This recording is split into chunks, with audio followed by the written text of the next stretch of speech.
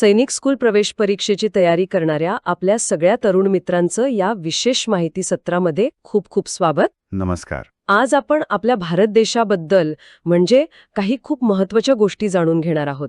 आपला देश किती मोठा आहे, जगाच्या नकाशावर तो नेमका कुठे आहे आणि हो, त्याच्या सीमा कशा आहेत. ही सगळी माहिती आपण एकदम सोप्या आणि मजेत समजून घेऊया. तुमच्या सामान्य ज्ञानावर आधारित आहे, त्यामुळे परीक्षेसाठी तर उपयोगी आहेच. हो, नक्कीच. चला तर मग सुरू करूया आपल्या देशाची ओळख करून घ्यायला. हो, आणि हे बघा, आपल्या देशाचं भूगोल म्हणजे त्याची जमीन, आकार, त्याचं स्थान हे समजून घेणं खूप महत्वाचं आहे. बरोबर. म्हणजे विचार करा, आपण जिथे राहतो त्या जागेबद्दल आपल्याला माहिती नको का? हां, तर आपल्या देशाच्या ओळखीचा म्हणजे एक प्रकारे पायाच आहे. फक्त परीक्षेसाठी नाही म्हणत मी, पण आपला देश नेमका कसा आहे हे कळायला हवा. अगदी बरोबर बोललात. चला मग सुरुवात एकदम बेसिक माहितीनी करूया. आपल्या देशाचं अधिकृत नाव काय आहे? कुणाला माहित आहे? हां, ते आहे रिपब्लिक ऑफ इंडिया. आणि आपली राजधानी? ती तर न्यू दिल्ली. अगदी, न्यू दिल्ली. पण विचार करा, आपला भारत देश पसरलाय किती, म्हणजे त्याचं क्षेत्रफळ, एकूण जागा किती आहे? हां, खूप मोठी आहे जागा. हो, तब्बल 3.287 दशलक्ष चौरस किलोमीटर. 3.287 दशलक्ष म्हणजे हे खूप झालं. जगात जेवढे देश आहेत ना, त्या सगळ्यांना जर आपण त्यांच्या आकारानुसार एका रांगेत उभं केलं तर आपल्या भारताचा नंबर 7वा लागतो. 7वा? म्हणजे जगात फक्त 6च देश भारतापेक्षा मोठे आहेत. अगदी, फक्त 6. एवढ्या मोठ्या आकारामुळेच तर आपल्या देशात किती विविधता आहे. म्हणजे बघा ना, वेगवेगळं हवामान, वेगवेगळी भूमी, संस्कृती, सगळं काही. आणि लोकसंख्या, त्याबद्दल काय? म्हणजे आपल्या देशात किती लोक राहतात? लोकसंख्येबद्दल बोलायचं तर भारत आता जगातला सगळ्यात जास्त लोकसंख्या असलेला देश बनला आहे. खरंच? जगात पहिला? हो, जगात सर्वाधिक. आपल्या देशात 1.4 अब्जाहून अधिक लोक राहतात. अब्ज म्हणजे 100 कोटी. हो, 100 कोटी. म्हणजे 1.4 अब्ज म्हणजे 140 कोटींपेक्षा जास्त. बापरे. हो, म्हणजे ही खूप मोठी गोष्ट आहे. याचा अर्थ आपल्याकडे तरुण शक्ती खूप आहे, काम करणारे हात आहेत. हो. पण त्याचबरोबर एवढ्या सगळ्या लोकांसाठी शाळा, घरं, दवाखाने, अन्न पाणी या सगळ्याची सोय करणं हे एक मोठं काम आहे, आव्हान आहे. बरोबर. म्हणजे जास्त लोकसंख्या असण्याचे फायदे पण आहेत आणि काही आव्हानं सुद्धा आहेत. अगदी. आता विचार करा, हा एवढा मोठा देश आहे, तर लांबी रुंदीला किती असेल? म्हणजे उत्तरेला जिथे बर्फाचे डोंगर आहेत अगदी वरती, काश्मीरपासून, काश्मीरपासून खाली दक्षिणेला समुद्रकाठी असलेल्या कन्याकुमारीपर्यंत ही लांबी किती असेल? कल्पना आहे. ही आहे 3214 किलोमीटर. 3214 किलोमीटर. खूप लांब आहे अंतर. आणि पूर्वेकडून पश्चिमेकडे, म्हणजे जिथे सूर्य सर्वात आधी उगवतो, त्या अरुणाचल प्रदेशपासून तिकडून पश्चिमेला गुजरातपर्यंत. हो, गुजरातपर्यंतची रुंदी आहे 2933 किलोमीटर. जवळपास 3000 किलोमीटर. हो, हे अंतर म्हणजे कल्पना करा, मुंबईपासून कोलकातापर्यंत जाऊन परत येण्या इतकं, किंवा त्याहूनही जास्त असेल. बरोबर.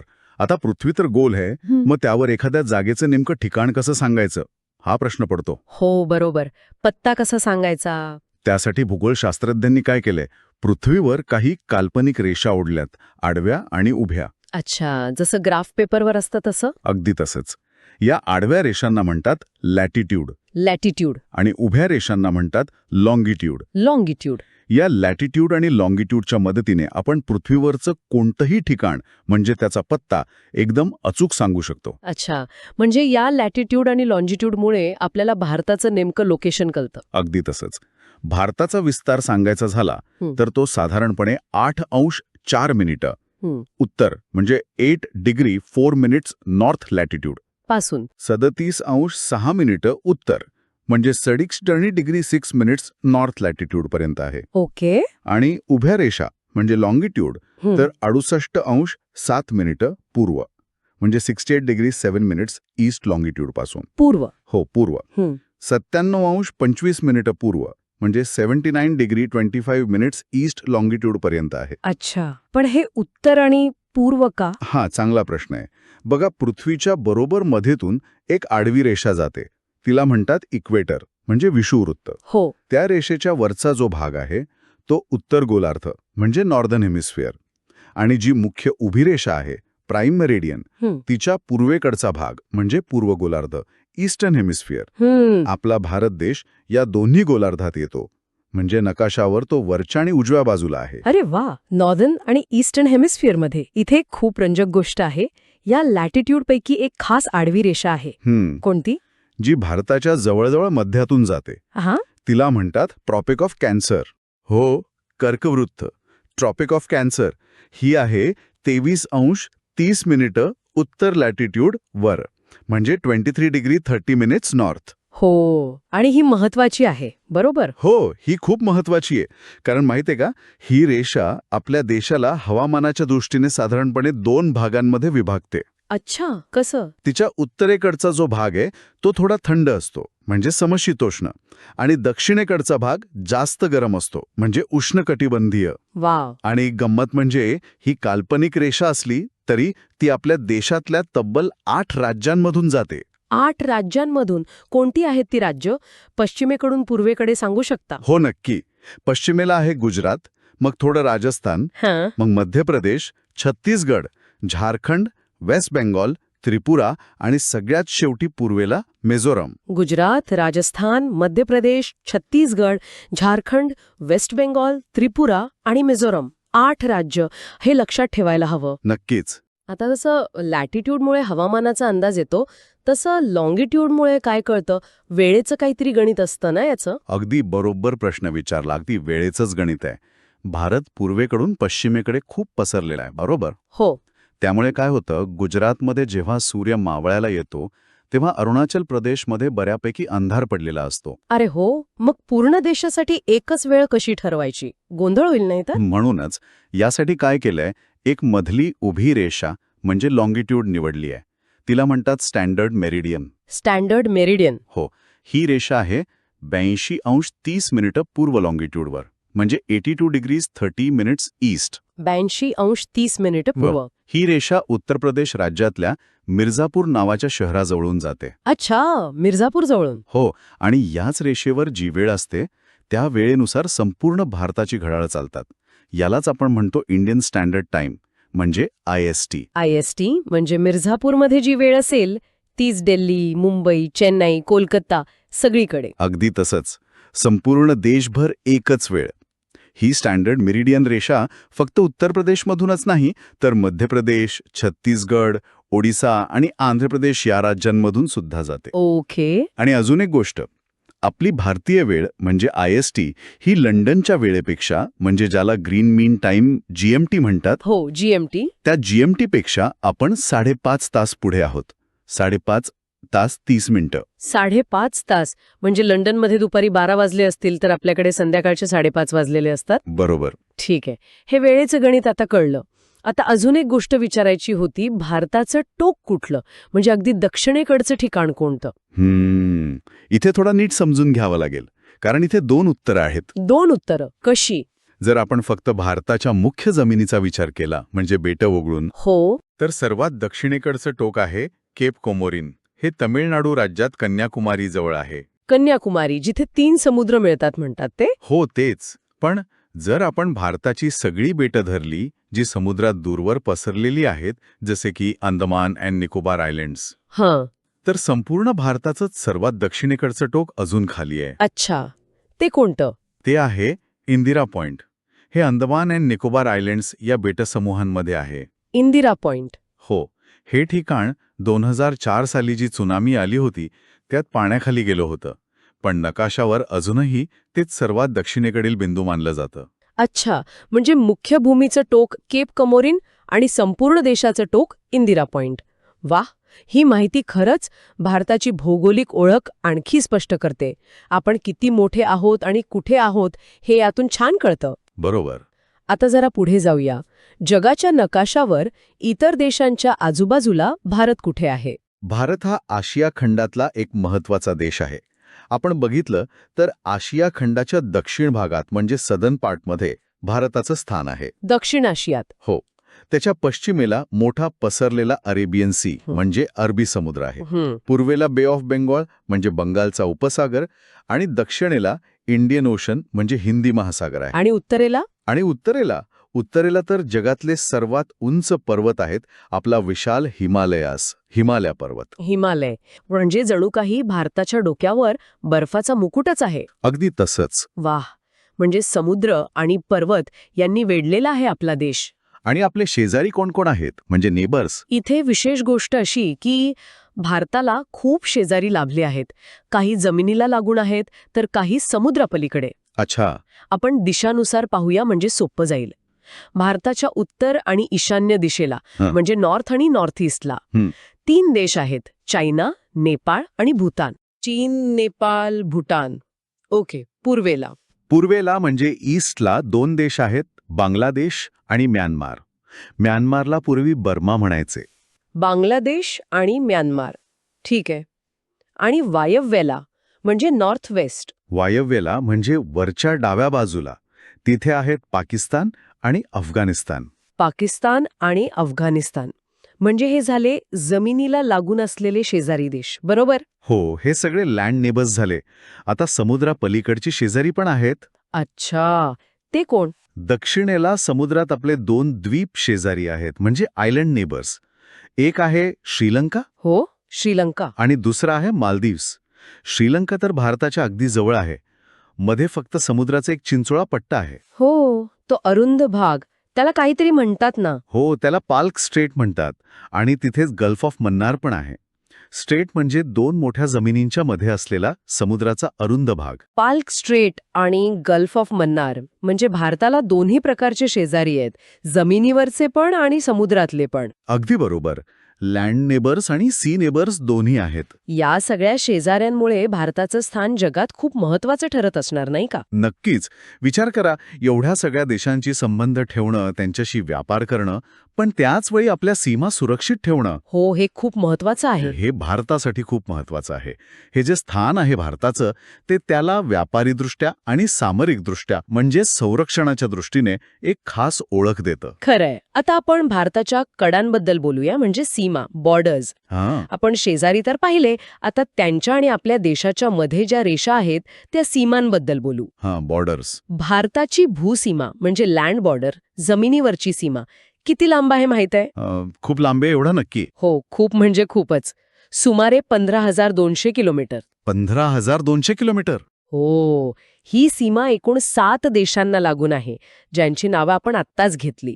चायना, नेपाळ, भूतान, बांगलादेश, म्यानमार, पाकिस्तान आणि अफगाणिस्तान. हो, 7 देश. 15,200 किलोमीटर. ही खरंच खूप लांब सीमा आहे. म्हणजे जणू काय आपण पृथ्वीला अर्धी प्रदक्षिणा घातल्यासारखं. हो ना. आता या सीमांची काही वैशिष्ट्ये आहेत का? म्हणजे सर्वात लांब सीमा कोणासोबत आहे? हां, इथे एक गंमत आहे. अंदाज लावू शकता? सर्वात लांब भूसीमा कोणत्या देशासोबत असेल? चायना की पाकिस्तान? मला पण तेच वाटलं होतं, चायना किंवा पाकिस्तान. नाही. गंमत म्हणजे आपली सर्वात लांब भूसीमा आहे बांगलादेश सोबत. काय सांगताय? बांगलादेश? हो, ही तब्बल 4,096.7 किलोमीटर लांब आहे. जवळपास 4100 किलोमीटर. बापरे, एवढी लांब. ही सीमा कोणकोणत्या राज्यांना लागून आहे? ही सीमा भारताच्या 5 राज्यांना लागून आहे. पूर्वेकडे पाहिलं तर वेस्ट बेंगॉल, मग आसाम, मेघालया, त्रिपुरा आणि मिझोराम. 5 राज्य: वेस्ट बेंगाल, आसाम, मेघालया, त्रिपुरा, मिझोरम. आणि यातही वेस्ट बेंगॉल राज्याची सीमा बांगलादेश सोबत सर्वात जास्त लांब आहे. ही लांब आणि थोडी गुंतागुंतीची सीमा आहे. म्हणजे फक्त नकाशावरची रेषा नाही ती. हां, ती 2 देशांमधला व्यापार, लोकांचं येणं जाणं आणि कधी-कधी काही समस्या यांचंही प्रतीक आहे. अच्छा. बांगलादेश हे खरंच अनपेक्षित होतं. आणि चायनासोबतच्या सीमेबद्दल काय? ती पण खूप महत्वाची मानली जाते. बरोबर. चायनासोबतची आपली सीमा पण खूप लांब आहे. या सीमेला पूर्वेकडे मॅकमोहन लाईन असं म्हणतात. McMahon line? हो. या सीमेला आपला उत्तरेकडील केंद्रशासित प्रदेश लडाख आणि हिमाचल प्रदेश, उत्तराखंड, सिक्कीम व अरुणाचल प्रदेश ही राज्य लागून आहेत. ही सीमा उंच पर्वतांमधून जाते, त्यामुळे इथे हवामान खूप थंड आणि जमीन एकदम उंच सखल असते. आणि पाकिस्तानसोबतची सीमा? तिला पण काय नाव आहे का? हो, पाकिस्तानसोबतच्या सीमेला रॅडक्लिफ लाईन म्हणतात. राईटक्लिफ लाईन. ती रेषा 1947 मध्ये जेव्हा भारताची फाळणी झाली तेव्हा आखण्यात आली होती. या सीमेला आपली गुजरात, राजस्थान, पंजाब ही राज्य आणि केंद्रशासित प्रदेश जम्मू अँड काश्मीर लागून आहेत. गुजरात, राजस्थान, पंजाब, जम्मू अँड काश्मीर. याशिवाय नेपाळ, भूटान आणि म्यानमार यांच्यासोबतही आपल्या महत्त्वाच्या सीमा आहेत. आणि अफगाणिस्तानसोबत एक खूप छोटी सीमा आहे, जिला ड्युरंड लाईन म्हणतात. ड्युरंड लाईन. हो, पण ती सध्या पाकिस्तान ऑक्युपाईड काश्मीर म्हणजे पीओके, पाकिस्तानच्या ताब्यात असलेल्या काश्मीरच्या भागाला लागून आहे. अरे वा, म्हणजे प्रत्येक सीमेचं आपलं एक नाव आणि एक इतिहास आहे. माहितीये का, इथे एक अजून रंजक तपशील आहे. काय? भारतात अशी काही राज्य आहेत ज्यांच्या सीमा तब्बल 3 देशांना लागून आहेत. 3 देशांना? कोणती राज्य आहेत ती? पहिलं म्हणजे सिक्कीम. अगदी छोटंसं राज्य आहे ते, पण ते नेपाळ, भूटान आणि चीन या 3ही देशांना स्पर्श करतं. अच्छा, सिक्कीम. दुसरं आहे अरुणाचल प्रदेश, जे आपलं पूर्वेकडचं टोक आहे. ते भूटान, चायना आणि म्यानमारला लागून आहे. अरुणाचल प्रदेश, पण 3 देशांना. Bhutan, China, Myanmar. आणि तिसरं आहे वेस्ट बेंगॉल. Waste Bengal. ते कसं? ते तर बांगलादेशला लागून आहे. हो, आपल्याला वाटेल ते फक्त बांगलादेशला लागून आहे, पण नाही. ते उत्तरेकडे नेपाळ आणि भूतानला सुद्धा लागून आहे. अरे हो, बरोबर, नेपाळ आणि भूतानला पण. म्हणजे सिक्कीम, अरुणाचल प्रदेश आणि वेस्ट बेंगॉल ही 3 राज्य 3 देशांना लागून आहेत. आणि एकूण मिळून आपल्या देशातली 17 राज्य अशी आहेत ज्यांच्या सीमा कोणत्या ना कोणत्या दुसऱ्या देशाला लागून आहेत. म्हणजे आंतरराष्ट्रीय सीमा. ही माहिती खरंच खूपच रंजक आहे. म्हणजे भारताचा नकाशा पाहताना या गोष्टी लक्षात घ्यायला हव्यात. आता जमिनीवरच्या सीमेनंतर भारताच्या दुसऱ्या मोठ्या कडेकडे वळूया. कोणती? ती म्हणजे समुद्रकिनारा. कोस्टलाईन. याला जर मोठ्या चित्रात पाहिलं तर भारताला फक्त जमिनीचीच नाही तर पाण्याचीही खूप मोठी सीमा लाभली आहे. हो, बरोबर. भारताला 3 बाजूंनी समुद्र आहे असं म्हणतात ना? अगदी बरोबर. भारताला एक खूप लांब समुद्रकिनारा लाभला आहे. सुमारे 7516.6 किलोमीटर. 7500 किलोमीटरपेक्षा जास्त. हो. यात आपल्या मुख्य भूमीचा किनारा तर आहेच, पण आपली जी बेटं आहेत, अंडमान अँड निकोबार आणि लक्षद्वीप, त्यांच्या किनाऱ्याचाही समावेश आहे. अच्छा, म्हणजे बेटांसकट एवढा लांब किनारा आहे. हो. हा किनारा पूर्वेला बे ऑफ बेंगॉल, दक्षिणेला इंडियन ओशन आणि पश्चिमेला अरेबियन सीला स्पर्श करतो. आणि माहितीये, भारताची 9 राज्य आणि 4 केंद्रशासित प्रदेश म्हणजे युनियन टेरिटरीज यांना हा समुद्र किनारा लाभला आहे. 9 राज्य आणि 4 केंद्रशासित प्रदेश, म्हणजे कितीतरी राज्यांना समुद्राचा फायदा मिळतो. नक्कीच. आणि या सगळ्या राज्यांमध्ये सर्वात लांब समुद्रकिनारा असलेलं राज्य कोणतं? आहे काही अंदाज? मला वाटतं गुजरात. अगदी बरोबर. तो मान जातो गुजरात राज्याला.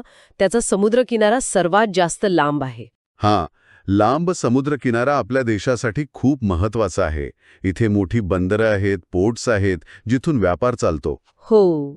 मासेमारी हा एक मोठा व्यवसाय आहे. पर्यटनासाठी लोक येतात. पण त्याचबरोबर या किनाऱ्याच्या सुरक्षेची काळजी घेणं हे एक मोठं आव्हान आहे. खरंय. तर आज आपण काय काय पाहिलं याचा एकदा झटपट आढावा घेऊया, म्हणजे लक्षात राहील. हो, घेऊया. आपण सुरुवात केली भारताच्या अगदी मूलभूत माहितीने. त्याचं अधिकृत नाव रिपब्लिक ऑफ इंडिया, राजधानी न्यू दिल्ली, त्याचा आकार म्हणजे जगात 7वा मोठा देश आणि लोकसंख्या म्हणजे जगात पहिला. मग आपण पाहिलं त्याचं जगाच्या नकाशावरचं स्थान आणि त्याचा विस्तार. तो उत्तर-पूर्व गोलार्धात आहे. त्याचे लॅटिट्यूड आणि लॉंगिट्यूड काय आहेत? ट्रॉपिक ऑफ कॅन्सर त्याच्या मध्यातून जातं आणि हवामानाला कसं विभागतं? आणि संपूर्ण देशासाठी एकच वेळ IST कशी ठरते? स्टँडर्ड मेरिडियनमुळे. बरोबर. आणि आपण दक्षिणेकडची टोकं पण पाहिली, केप कोमरीन आणि इंदिरा पॉइंट. हो, तेही पाहिलं. आपण त्याचे जमिनीवरचे शेजारी देश पाहिले, 7 देश. आणि समुद्रातले शेजारी श्रीलंका आणि मालदीव्स. आणि शेवटी आपण भारताच्या सीमांची माहिती घेतली. खूप लांब असलेली भूसीमा म्हणजे 15,200 किमी. वेगवेगळ्या देशांसोबतच्या सीमा पाहिल्या, ज्यात बांगलादेशसोबत सर्वात लांब आहे. आणि आपला विशाल समुद्रकिनारा जवळपास 7,516 किमी, ज्यात गुजरातचा किनारा सर्वात लांब आहे. अगदी. तर या सगळ्याचा अर्थ काय? थोडक्यात सांगायचं तर आपला भारत देश केवळ मोठाच नाही, तर जगाच्या नकाशावर एका अत्यंत महत्त्वाच्या आणि मोक्याच्या ठिकाणी वसलेला आहे. अगदी बरोबर. आणि सैनिक स्कूलमध्ये जाऊ इच्छिणाऱ्या विद्यार्थ्यांसाठी ही सगळी भौगोलिक माहिती खूप महत्त्वाची आहे. हो. कारण जेव्हा तुम्ही तुमच्या देशाच्या भूगोलाला समजून घेता, तेव्हा तुम्ही देशालाच अधिक चांगल्या प्रकारे ओळखता. देशाची सुरक्षा, त्याचा व्यापार, इथली संस्कृती, लोकांचं राहणीमान या सगळ्या गोष्टींवर भूगोलाचा खूप मोठा प्रभाव असतो. खरंय. नकाशावरच्या या रेषा आणि ही ठिकाणं ही फक्त नावं नाहीत, तर ती प्रत्यक्षात देशाचं भविष्य घडवत असतात. एकदम खरंय. जाता जाता ऐकणाऱ्या आपल्या तरुण मित्रांसाठी एक विचार करायला लावणारा प्रश्न सोडून जाते. विचारा. भारताचा इतका लांब समुद्रकिनारा आहे आणि समुद्रात दूरवर आपले अंडमान आणि निकोबार आणि लक्षद्वीप सारखी महत्वाची बेटं आहेत, म्हणजे आयलँड टेरिटरीज आहेत. हे सगळं लक्षात घेता आपल्या देशासाठी यातून कोणत्या विशेष संधी म्हणजे ऑपॉर्च्युनिटीज निर्माण होऊ शकतात आणि कोणती आव्हानं म्हणजे चॅलेंजेस उभी राहू शकतात असं वाटतं? छान प्रश्न आहे. यावर नक्की विचार करा आणि अधिक जाणून घेण्याचा प्रयत्न करा. भेटूया पुढच्या वेळी नवीन माहितीसोबत.